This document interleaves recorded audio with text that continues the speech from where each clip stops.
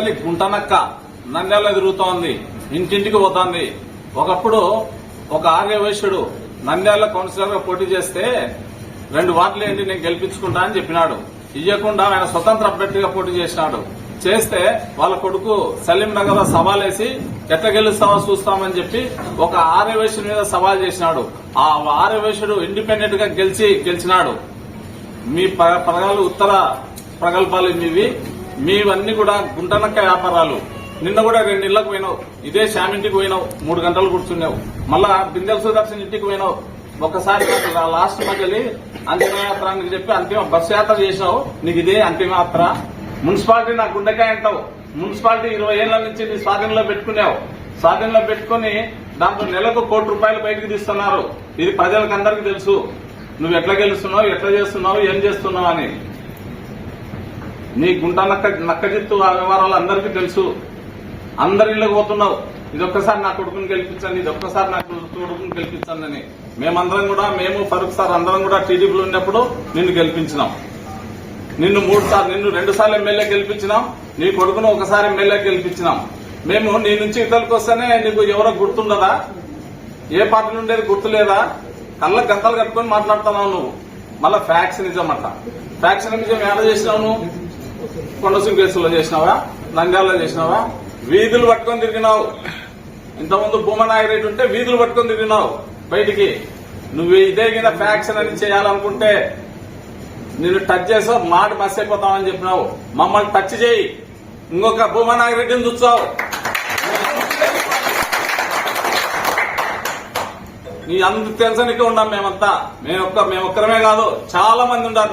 నంద్యాల పట్టణ ప్రజలు చాలా మంది ఉన్నారు. మీ అంత చూసి మీ అంత్యయాత్ర కొండసింగ్ కేసులో పంపడానికి రెడీ అవుతున్నాం. జాగ్రత్త బిడ్డ, నువ్వు చూసుకో బిడ్డ, నువ్వు చూసుకో. ముసలి గుంటనక్క, నువ్వు నీ బిడ్డ జాగ్రత్తగా ఉండండి. సవాలే చెప్తున్నాం. ఇది ఈ ఊరు కాదు, ఈ ప్రాంతం కాదు. మళ్ళా పాకిస్తాన్ ఇండియా అని మాట్లాడతావు. ఏం మాట్లాడరు? ఆడదాం ఆంధ్ర అంట. ఏం ఆడతావు? ఆంధ్ర ఖోఖో ఆడతావా, కబడ్డీ ఆడతావా, ఏమాడతావు? నీ జగన్మోహన్ రెడ్డి బ్యాట్లు పంపిస్తే తుప్పు బ్యాట్లు ఇరిగిపోయినాయి, బ్యాకెట్లు, వికెట్లు పడిపోయినాయి. ఇప్పటికే 3-4 ఎమ్మెల్సీలు వికెట్లు పడిపోయినాయి, 3 ఎమ్మెల్యేలు పడిపోయినారు. నీ వికెట్ కూడా పడిపోతుంది. నువ్వు కూడా మూటా సర్దుకొని వెళ్లిపోతావు బిడ్డ, జాగ్రత్త. ఒళ్ళు దగ్గర పెట్టుకుని మాట్లాడు. భూమానాగిరెడ్డి గతంలో ప్రచారం చేస్తే బజార్లు పట్టుకుని పోయినావు నువ్వు. ఏం అర్థం లేకుండా మాట్లాడుతున్నావు. సంస్కారహీనుడివి. నంద్యాలలో మత కలహాలు పెట్టించింది నువ్వు. హిందూ ముస్లింలకు మధ్యన వాళ్ళ మీద రౌడీ షీట్లు ఓపెన్ చేపించింది నువ్వు. ముప్పు తిప్పలు పెట్టినావు. ముస్లిం సోదరులను ముప్పు తిప్పలు పెట్టినావు. హరిజన సోదరులను ముప్పు తిప్పులు పెట్టినావు. ఇవి తెల్దా? దాని ప్రత్యక్ష సాక్షిని. నువ్వు ఎన్ని నాటకాలు ఆడినావో నాకు తెలుసు. ఎన్ని నాటకాలు ఆడినావో తెలుసు. పోలీస్ స్టేషన్ సీఐలతో, డీఎస్పీలతో ఎన్ని నాటకాలు ఆడినావో తెలుసు. ఎవరి మీద కేసులు బుక్ చేసినావో తెలుసు. చంద్రబాబు నాయుడు గారు బై ఎలక్షన్లు జరిగేటప్పుడు అమాయక ముస్లిం ప్రజల మీద షీట్లన్నీ తొలగించినాడు. నువ్వేమన్నా తొలగించినావా? నువ్వు కేసులు పెట్టించి షీట్లు ఓపెన్ చేయించినావు. హరిజనుల పైన చేయించినావు. మళ్ళా సత్యవంతుల లెక్క, సత్య హరిచంద్రుల లెక్క మాట్లాడుతున్నావు. ఫ్యాక్షన్ చూసినా అంటావు. ఎక్కడ చూసినావు నువ్వు ఫ్యాక్షన్? ఎంతమంది కొట్టినావు నువ్వు? ఎవరిని కొట్టలే, కొట్టించుకున్నావు నువ్వు. కొట్టించుకున్నావు. గుర్తులు తీసుకో. యాపకాలు గుర్తుందో చూసుకో. అలా నువ్వు మాట్లాడతావు. ఫ్యాక్షన్ చేసినావు మాట్లాడతావు. నువ్వు నంద్యాలకు ఫ్యాక్షనిజం చేయడానికి వచ్చినావా? దేనికి వచ్చినావు నువ్వు? ఫ్యాక్షన్ చేయాలంటే వేరే ఉంటుంది. ఫ్యాక్షన్ చేయాలంటే రా, పక్క అసెంబ్లీలు ఉన్నాయి. రా, ఎంత పాలుగా నువ్వు పోటీ చేస్తావంటే అందరూ స్థానికులే. నువ్వు ఒక్కరిని ఎత్తొచ్చినవి. మళ్ళా నువ్వు ఈరోజు ఫీలింగ్ పెడతావు, ఇండియా పాకిస్తాన్ ఫీలింగ్ పెడతావు. జాగ్రత్త, నువ్వు నీ బిడ్డ జాగ్రత్త. తమాషలు చేస్తే యుద్దమే జరిగేది. గుర్తుపెట్టుకో. ఛాలెంజ్ గా తీసుకో. నేను ఒక్కనే కాదు, అందరు ఉన్నారు. మీ బాధితులంతా ఉన్నారు నంద్యాల టౌన్ లో. జాగ్రత్త. నేను ఒక్కనే కాదు, చాలా మంది ఉన్నారు. నీ బాధితులు చాలా మంది ఉన్నారు. అందరూ కూడా కసి తీర్చుకుంటారు. ఒక్కొక్కరింటికి పోయి 3 గంటల సేపు గుంటనక్క మాత్రమే పోయి కాళ్ళు పట్టుకునేది ఒక్కటి తక్కువను. కాఫీలు తాగేది అయ్యా చేయండి, అయ్యా అమ్మయ్యా చేయండి అమ్మాయి అని బతుకులాడుకుంటున్నావు. ఎందుకు నీకు ఈ ముస్లిం ఒప్పిన? ఒకటే హెచ్చరిస్తున్నా, జాగ్రత్త. మళ్ళా నోరు ఎత్తి మాట్లాడినావనుకో కథ వేరే ఉంటది. చాలా సీరియస్ గా జరుగుతుంది. చూద్దాం. అన్ని తెగించిన నేను కూడా అన్ని తెగించే మాట్లాడుతున్నా. ఈ రోజు చూసుకుందామంటే చూసుకుందాం, బరిలోకి ఉంటాం, అందరం ఉంటాం. ఇక్కడ తెలుగుదేశం అభ్యర్థిని గెలిపించుకుంటాం.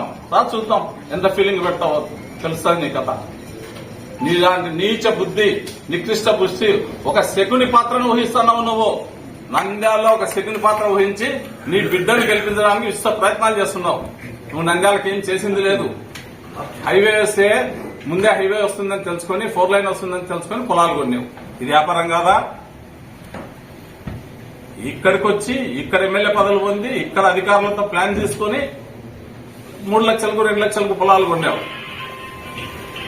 జాగ్రత్త, ఇంకొకసారి గిన అధిక ప్రసంగం మాటలు మాట్లాడితే మేము ఎంతవరకైనా సిద్దమవుతాం. జాగ్రత్త.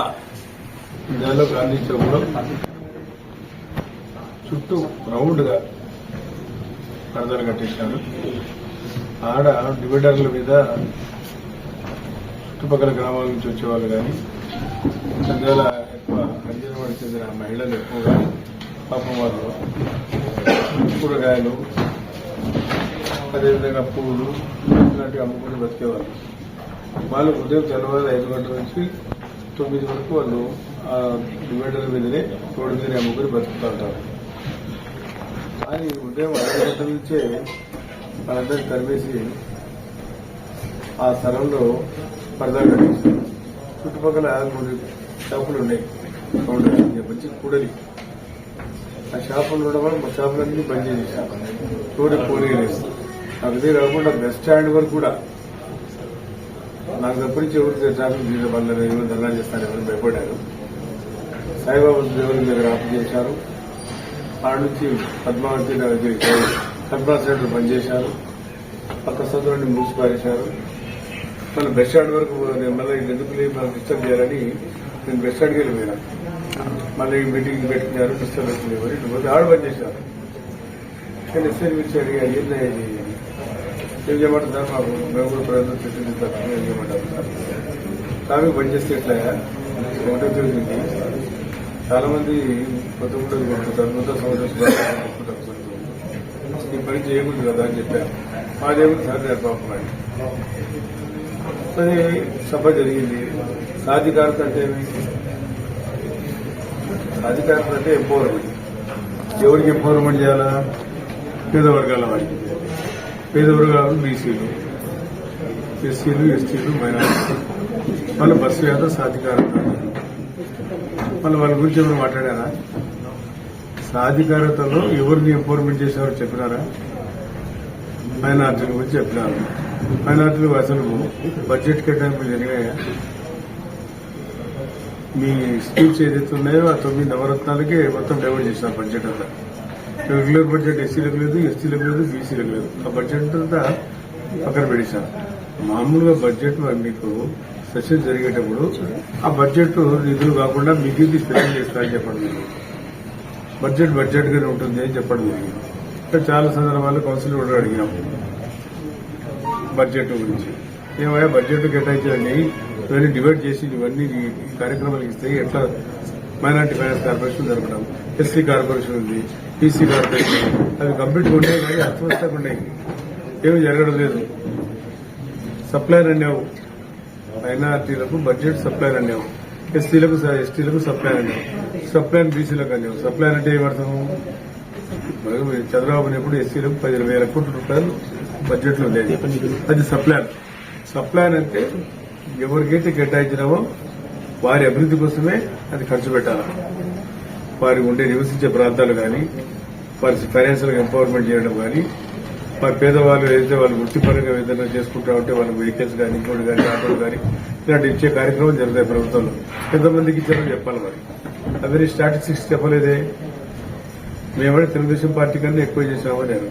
మాకు 4 పదవులు వచ్చినాయి. పదవులు ఎవరికి వచ్చినాయి? ఇసాక్ భాషకు, ఆయన హబీబుల్లాకు. రాష్ట్రంలోకి ఇంకిద్దరు ముగ్గురికి వచ్చింది. పదవులు వస్తే అయిపోయానా? పదవులు వాళ్ళకి వచ్చినాయి కానీ మైనారిటీలకు కానీ, బీసీలకు కానీ ఆ సమాజానికి ఏం జరిగింది?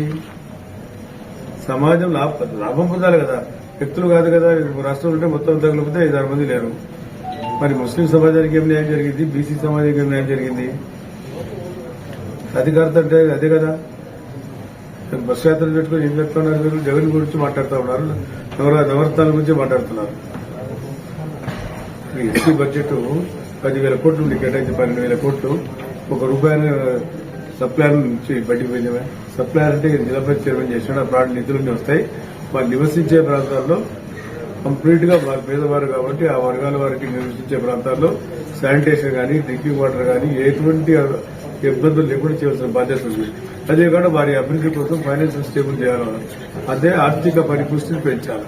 ఎక్కడ జరిగిందే దాని గురించి ఎమ్మెల్యే గారు మాట్లాడాలి. తండ్రి గారిని వదిలేండి, ఆయన ఏదో క్రికెట్ ఆడతా అన్నాడు, దాని గురించి మాట్లాడారు. మరి ఆయన క్రికెట్ ఎప్పుడు ఆడతాడు ఏమో నాకు అయితే తెలుసు, కానీ అది ఆ తర్వాత ఉంది క్రికెట్ ఆడేది. కానీ దీని గురించి చెప్పండి. మరి సాధికారత అంటే మీరు చెప్పాలా? ప్రస్తుతం బడ్జెట్ అంటే మీరు చెప్పాలా, బడ్జెట్ మీకు తెలియాలా. సప్లాన్ పెట్టిన తర్వాత మీకే ఖర్చు పెట్టాలా. ఆయనకు వచ్చినాడు 5% చంద్రబాబు నాయుడు గారు రిజర్వేషన్ ఇచ్చారు. వీళ్ళు అడగడంలే, వాళ్ళు చేయడంలే. దానివల్ల ఎన్ని బెనిఫిట్స్ ఉన్నాయండి? ఉద్యోగరీత్యా వస్తాయి, మీకు పొలిటికల్ గా మీకు అవకాశం వస్తుంది. దాన్ని వినియోగించుకోవాలి కదా మీరు. మనోళ్ళు కూడా దాని గురించి ఎక్కువ మాట్లాడడంలే. ఈ కాపుల్లో కూడా స్పిరిట్ రావాలి. చంద్రబాబు నాయుడు గారు 5% రిజర్వేషన్ కోసం అల్లాడుతోంది దేశమంతా, ప్రపంచమంతా. మాకు రిజర్వేషన్ ఏంటి, బీసీ కాకుండా ఎస్సీలు ఇవ్వండి అని అడుగుతున్నారు. కానీ ఇచ్చిన రిజర్వేషన్లు మీరు సద్వినియోగం చేసుకోవడం లేదు. దానివల్ల ఈ రోజు ఎంతో మంది డాక్టర్లు, ఇంజనీర్లు అవుతారు. ప్రధానమంత్రి వచ్చిన తర్వాత నీట్ అని పెట్టేశారు పాపం. స్టేట్ గవర్నమెంట్ కూడా వెబ్సైట్ అనేది అది తీసి పారేశాడు. ఏదేమైనా సరే ఒక ఉన్నతమైన వ్యక్తుల పైన వచ్చినప్పుడు మాట్లాడేది తరగా ఉండాలి. ఛాలెంజ్ చేసి తులసిరెడ్డి గారు మీతోనే ఉన్నారు. మరి ఆయన క్యారెక్టర్ గురించి మీకు తెలుసు కదా. కానీ బయటకు పోతానే ఆయన దుర్మార్గుడు అయిపోయాడా? ఆయనతో ఫ్యాక్షన్ పెట్టుకుంటావా? ఆయన స్థానికుడు అయిపోయా ఫ్యాక్షన్ పెట్టుకోవాలంటే నువ్వు ఆయన నుంచి మోసుకోవచ్చు. చాలా అవన్నీ వద్దు కదా. ఏమయ్యా మోహన్ రెడ్డి గారు, నమస్కారం. నంద్యాల వదిలిపెట్టడానికి మొగోళ్లు కావాలన్నా అట్టయితే మేము నీ కాడున్నప్పుడు మేము మొగోళ్ళం కాదా? నువ్వు చేస్తే శృంగారం, మేము చేస్తే ప్రచారమా? నువ్వు చేసిన తప్పులు చెప్తాడు. 2005లో పినాకపాయను ఓడగొట్టి కైపారాలను గెలిపించుకొని ఎస్పీ రెడ్డి చేతులకు పోతాయని మున్సిపాలిటీ మోసం చేసినావు. ఇది నిజం కాదా?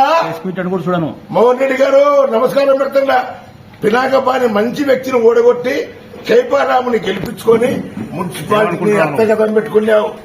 ఇది కరెక్ట్. 2014లో మళ్ళా శ్రీధర్ భార్యను పెట్టించి బిందెల సుదర్శన్ దగ్గర డబ్బులు తీసుకొని మరలా సుధాకర్ రెడ్డి భార్యను, అది లేడీస్ వాటు కాదు, అతను భార్యను పెట్టించి ఈడ శ్రీధర్ భార్యను ఓడగొట్టి ఆడ గెలిపించి ఆమెకి చైర్మన్ పదవి ఇచ్చి ఆమె భర్తను కోఆప్షన్ నంబర్ ఇచ్చి కాయలకాయలు లెక్క ఎంబడి పెట్టి మున్సిపాలిటీని దోచుకున్నావి. ధర్మమా మోహన్ రెడ్డిది? మళ్ళా ఇప్పుడు పాపం రాజగోపాల్ రెడ్డి గారు అతని భార్య గెలిచింది. నువ్వు వాళ్లకు పోతానని చెప్పి కడుపు మంటలేసి ఒక ముస్లిం లేడికి ఇచ్చి పగ్గాలు చేతిలో పట్టుకునేవే. ఎంత అధర్మమయ్యా నీది. నిన్ను ఓడగొట్టడానికి ప్రజలు ఓడగొడతారు. మొగోళ్ళు అవసరం లేదు కదా. మొగోళ్ళు ఆటల కాడ మొగోళ్ళు నిన్ను పడగొట్టికి ఓట్లు సాల్. నువ్వు రూపాయి అంటే మేము ఒక 10 పైసలు ఎక్కువ, నువ్వు 2 రూపాయలంటే 10 పైసలు ఎక్కువ. డబ్బులు నీకన్నా ఉండేది మా దగ్గర లేవా? మా క్యాండిడేట్ కూడా కట్టుకున్నాడు. చించేస్తాం.